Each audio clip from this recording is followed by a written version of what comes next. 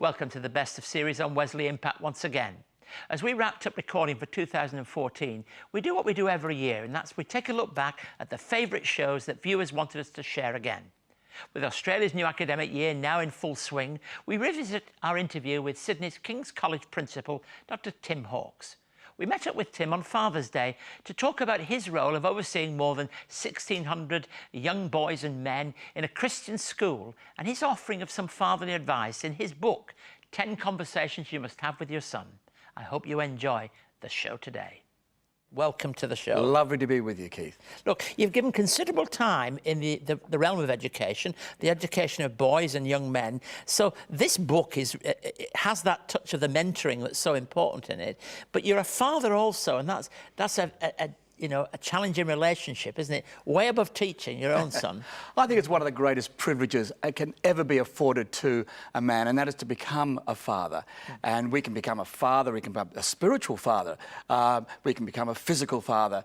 And in my case, you're quite right. At the King's School, we have nearly 1,600 students, and in many ways, they're all my boys, and I try and sow into their lives and invest in their lives, because I think it's so important, in education that we don't just train for an exam, but that we train in many ways for life and perhaps even for death, with that eternal perspective. So you talk about these 10 conversations. In your top 10 list, you had love, knowing yourself, and what you believe, and morals as your top 3. Why? Well, I think the world is red in tooth and claw, and there are so many hyphenated put-downs and freeze-outs and paybacks and so on and so forth. It can be a cruel place. And I think that our sons need that affirmation that they are loved. And it can be affirmation by words, it can be affirmation by deeds. And I think so often, particularly we dads, whose interaction with our sons these days has been measured literally in seconds a day. That's not good. And what we need to do is to recover the importance of mentoring our sons as dads, and indeed our daughters as well. Do you think there's something unique about the relationship between a father and a son that is probably different than all the other family relationships? Well, I think so. I think there are elements to it which are unique, but born of the virtue that we're the same gender. And I think that's not saying it's different or better but I think it's a very, very important one. And I think a young man growing up needs to know that he's loved and adored by at least one adult and preferably 2. And so we need to have these conversations. And if we're not having this conversation with our sons, other people are going to have these conversations, Keith, and they may not be all that crash on. Now, you talk about these conversations, you talk about the pitfalls in our society of engaging without demand. What did that actually mean? Well, I think so often, if you're going to get something heavy across to a son, you've got to build a bridge, a substantial bridge, a relational bridge. And if dads aren't around enough to build that bridge, then they can't take anything other than the trivial across it, the light stuff across. And so we need to invest that time. And one of the things that I encourage parents to do is to create conversation pits, little times and places where you can have great conversations. The car, Keith. Ideal. Ban the buds in the air, bans the wires dribbling out. Let that be a mobile phone-free zone for a while, unless you're driving across the Nullarbor or something. But let that be a time for conversation. The kitchen bench, fabulous conversation pit. The meal table, the idea of gathering and breaking bread together, and using that as, what are the high points and low points in your day, that sort of thing. In the same way that people overhear the gospel very often, not direct on, there is a particular way in which men talk to each other, isn't it? That's slightly unique, You've got to get it right, haven't you? I think so. Very often, I heard a lovely expression the other day that often women, and this is a generalisation, they relate eye to eye, and men, it's shoulder to shoulder. And so often, if you're watching a footy game or something like this, you can actually have quite a great conversation conversation. Yeah. You're driving the car, you're watching the road ahead, hopefully. Yeah. You know, your son's at the back seat, sort of, you know, and just sharing. And so often that is a good way of sharing, yes, absolutely. Yeah, let's talk in a few moments more about this fascinating theme. But I'd like to introduce today's performer. As Tim has shared, life is all about choices and making time to be real with the right person in the right place, so we know the most helpful paths to take. Here's Sapphire singing One Door.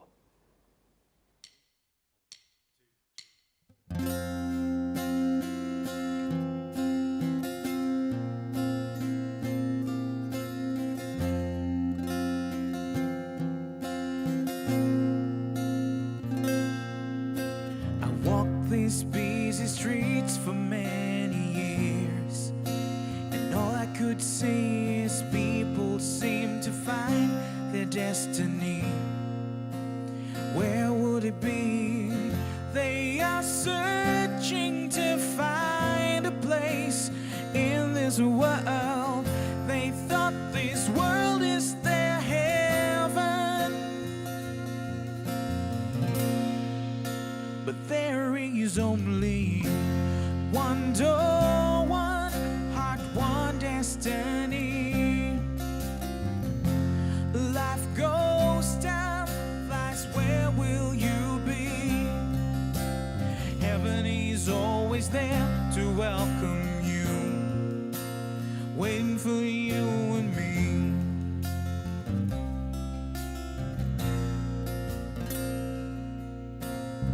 They kept the love and cherished it well, in hope it lasts long. They sang the sweet love even in a song, and they felt no wrong. But in a long winter's night, there must be a choice for their sweet love destiny. There must be a door. One door, one heart, one destiny. Life goes down, flies, where will you be? Heaven is always there to welcome you, waiting for you and me.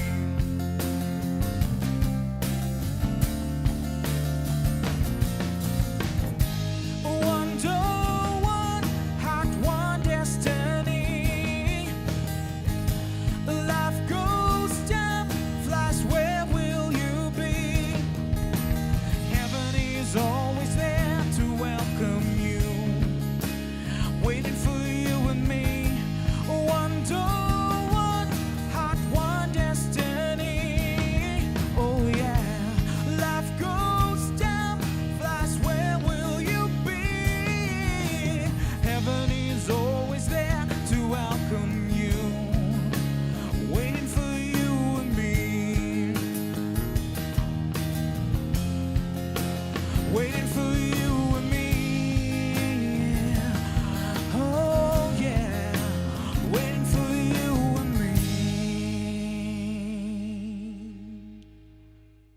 Be inspired by Keith Garner's new book, The Authentic Australian Evangelist, Alan Walker.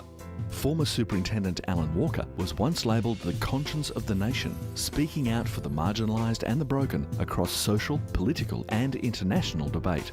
Alan's life and work at Wesley Mission is also featured in an address by Keith Garner on DVD. For more information, call 1800 021 821 or visit our website wesleymission.org.au. If you'd like to know more about Sapphire, details are going to be online all this week. An amazing new website there. Have a look at that.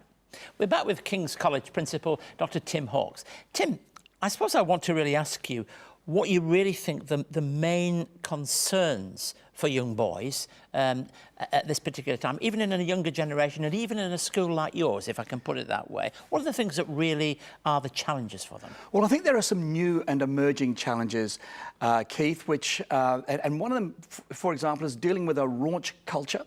and the easy availability of pornography. We are in many ways conducting a huge social experiment. We've never had this amount of saturation of pornography in society before. We don't know what the eventual impact will be on relationships, on marriages, on families, and that concerns me, and certainly it's one of the issues that I pick up in 10 Conversations You Must Have with Your Son.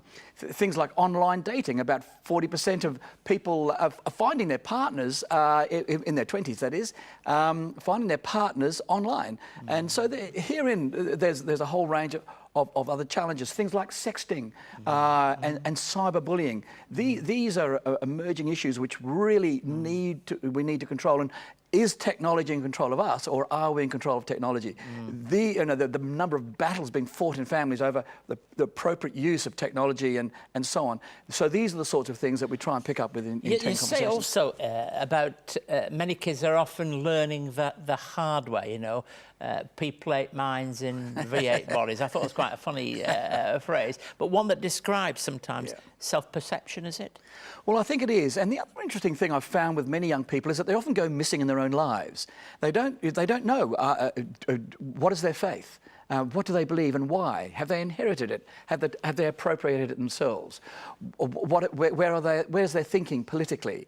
Are they left wing or right wing? What are their views on detention centres and so on? Yes. And I think that we need to challenge our children, both sons and daughters, to think through some of these issues and to say, well, you know, here I stand, I can do no other. Choose this day which God you will follow. As for me and my family, we're going to serve the Lord. So we really need to challenge our children, our sons and our daughters, to really go on a voyage of self-discovery. And making sure that the Christian model from a father is, if I put it, not the wimpish model that so often they might have in their minds of Christianity and that. So it matches up, doesn't it, to the challenge? Absolutely. And I think authoritative parenting is very much a sort of model which the Bible gives us and how to relate with our sons and our daughter, with authority, with love, with compassion, with understanding, but with authority. Yeah, and also to have good relationships with women. That starts early on and it's seen, isn't it? Absolutely vital. And of course, boys would much prefer to see a sermon than to hear one. Yes. And so the modelling, so many of the great conversations you must have with your son are in fact where you don't say a word, but you're modelling it. And also, and other times, you're listening. And so it's no good talking to your son about an appropriate relationship with women and how to treat them when the next night there's a screaming argument between husband and wife concluded by a slammed door and several hours of injured silence, you know.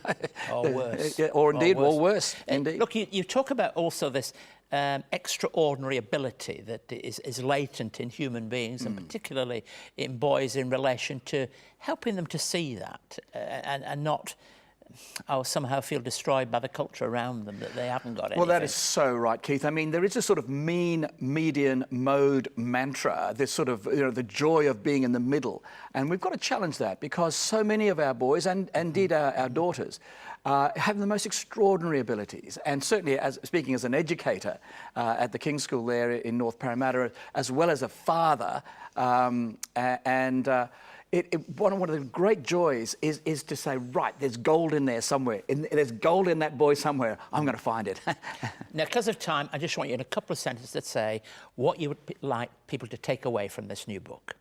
I would want parents to be encouraged that they have a lot which is valuable beyond belief. They have a great deal to be able to share with their sons and their daughters, and never to sell themselves short. They are an important repository of wisdom and knowledge. It's pure gold. Share it. Thank you, Tim. Thank you for writing the book, and thank you for being that mentor and continuing your great work in Sydney Kings. Absolute pleasure, Keith. We're going to be back in just a moment. It's been 200 years since the first Methodists met in Australia. To celebrate 2 centuries of faith and pioneering care, CEO and presenter Rev Dr Keith Garner takes us back to where it all began. But we don't begin here at the heart of London. We begin in a town in the north of England. In this fascinating narrative, Rev Garner chronicles the history of the life and times of the founder of Methodism, John Wesley. This fresh and thought-provoking documentary takes us on a journey throughout the United Kingdom, beginning in John Wesley's hometown of Epworth. John Wesley was born here on the 17th of June 1703. This 1-hour DVD travels onto his education years and beginnings of social justice in Oxford, to his final years in London.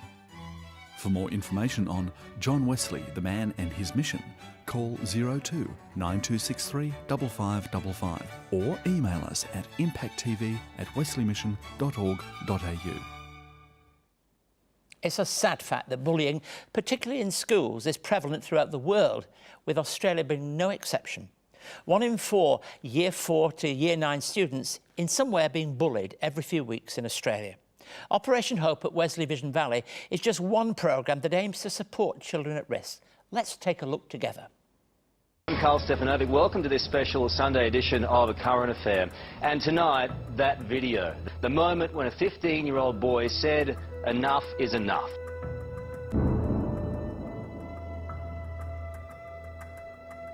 They were saying that I was dumb, I wasn't smart enough. I didn't want to go to school, I didn't want to get out of bed. My mum found it really hard to try to get me back on track to going to school and everything, but it just got worse. I used to hit people when they said things about me, and at one stage I actually ended up getting suspended from school. I just couldn't take it, I snapped. It was just a little bit too much for me. When Sinead arrived, she was quite quiet. She actually came with another person that she knew that had been through the program before. She didn't really talk to many people. She was a bit like depressed, sort of like a bit sad. She wasn't sure on how the program was going to go. I was severely nerve-wracked about it. I wasn't in my surroundings, in my element, and I had no idea what was coming to me. And then everyone was just so friendly and nice and kind and caring. Jess, to be honest, I see her more as a sister to me. She will listen to you. She is always there. Vision Valley had really helped me. They helped me open up. They helped me realise what I was doing was wrong and I should be the bigger person. They said it's okay to be you. It's okay to let people know what's going on, so then you don't have to have that guilt and worry behind it. And then after that, I just forgot about everything, and everything kind of dulled down after that. Operation Hope is there to build their self-esteem and confidence. It's early intervention, so they come out here, they're affirmed by the leaders, they have fun, they can go home with those skills, they can go back to school with those skills as well.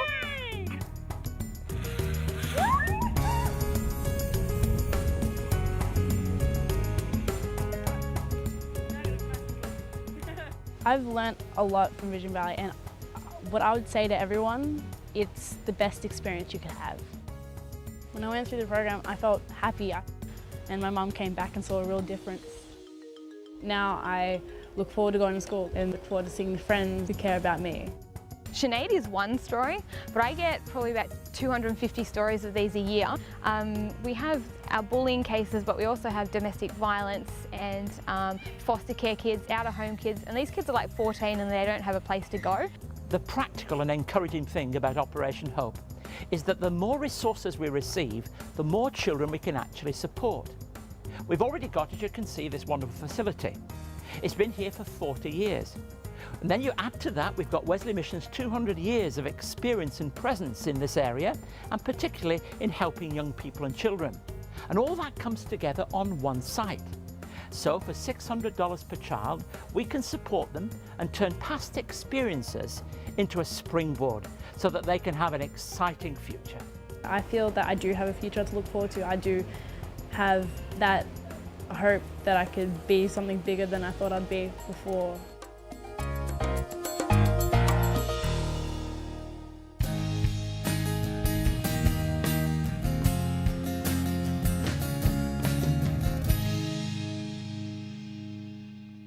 So in this new series, I want to read some words initially from Romans chapter 13, verses 8 to 14. This is getting in that back section of Romans, probably the most senior of the epistles in terms of the influence it makes upon people. Let me read to you. Love fulfills the law. Let no debt remain outstanding except the continuing debt to love one another. For whoever loves others has fulfilled the law. The commandments: you shall not commit adultery, you shall not murder, you shall not steal, you shall not covet, and whatever other command there may be, are summed up in this one command: love your neighbour as yourself. Love does no harm to a neighbour, therefore love is the fulfilment of the law. And do this: understanding the present time, the hour has already come for you to wake up from your slumber, because our salvation is nearer now than when we first believed. The night is nearly over. The day is almost here. So let us put aside the deeds of darkness and put on the armour of light. Let us behave decently, as in the daytime, not carousing and drunkenness, not in sexual immorality and debauchery, not in dissension and jealousy. Rather, clothe yourselves with the Lord Jesus Christ, and do not think about how to gratify the desires of the flesh. This is one passage in Paul's writings which show the close relationship between the gospel and the law, which at many times these two facets, these two aspects, have been considered and thought of as very separate. We often think of the law as something that drives us, harasses us, punishes, and even terrifies us. And on the other hand, we think of grace, which accepts us, blesses us, redeems us, and encourages us. Now, in this particular passage, Paul tells his readers that they're to follow the law and refers back to the words of the commandments from the Old Testament, with the concentration being upon all this law summed up in the thought that we should love our neighbour as ourselves. And that love is the fulfilling of the law. Now, I think one problem with this is that sometimes people think of one commandment as though somehow this is a watering down of it into something that really is less significant. In point of fact, it does something very important. I draw your attention to the importance of verse 8, which reminds us that we should owe no one anything except the need to love one another. We live in a debt-dominated society. We know all about people owing things. Our Wesley counselling services have to deal with this regularly. We live in the context of intense pressures to live beyond our means. I thought when Tim was talking to us about the things that the boys and fathers could talk about, that's a real issue in itself. And the good news of Jesus Christ presents another way to live, free from debt. I mean, people say that, don't they? I want to be free from debt. But this freedom, it begins in grace, the grace that he offers to us. It's the key to so much. Some of the best words are understood against the background of the coming day. And this, of course, is the thought of end times as we know it. And the writer encourages us to wake up. Time and time again, when you turn the epistles and you read the New Testament, light and darkness, as in John's Gospel, night and day in the epistles of Paul, is so very important. The night is nearly over and the day is almost come. We've talked about the influence that parents can have on their children. And it's not unrelated to the thoughts that Paul is sharing with us here, as he encourages people to live and behave appropriately. How important it is to be in our community, acting with our own boys and our own girls as mentors and disciples. It's a marvellous truth that God offers to us and encourages each of us to be responsible for. If you would like to know more about today's topic or for more on Keith's message, contact Keith by writing to Wesley Mission, Post Office Box A5555, Sydney South 1235. Or email impacttv@wesleymission.org.au. Thanks for joining us. We leave you with one of our friends, Sancha Prowse, singing Find Your Wings. Until next week, goodbye and God bless you.